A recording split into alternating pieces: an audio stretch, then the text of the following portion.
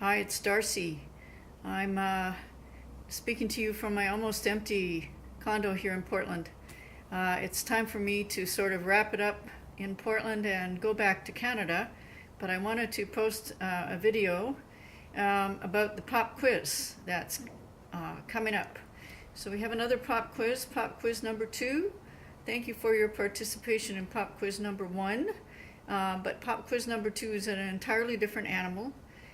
It is about developing an electronic resource for the 19th century art history.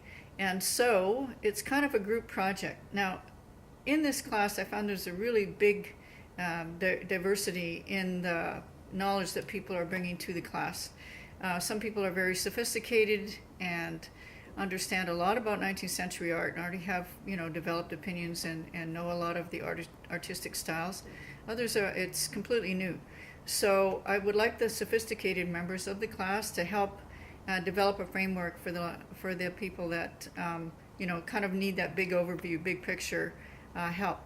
I think what you're going to want to do is to develop 5 or 6 themes into which your electronic resources will fit. I've had questions like, can we use things that are already on the module? Well, things like the Heilbronn timeline, certain topics at the Metropolitan Museum and the Victorian Web as well are certainly going to be resources you have to name. They're just too big and too useful places at the Tate, other places that have large collections of 19th century work. The Musée d'Orsay in Paris, for example, is another one. So you're going to want to use some of those again because they're too big to miss, and organize it. It's not a tremendous amount of writing, but it is a certain amount of thinking about structure.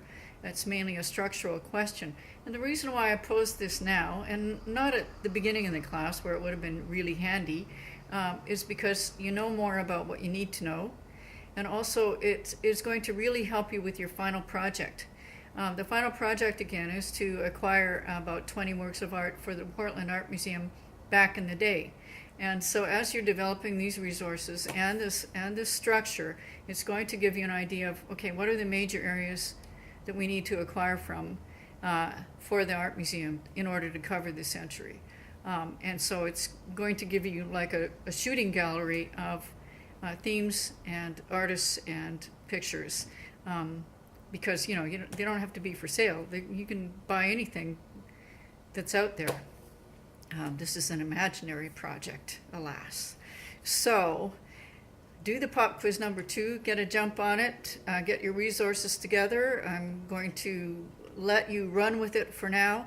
If I feel I need to intervene, I will, and help you out to get you to the finish line.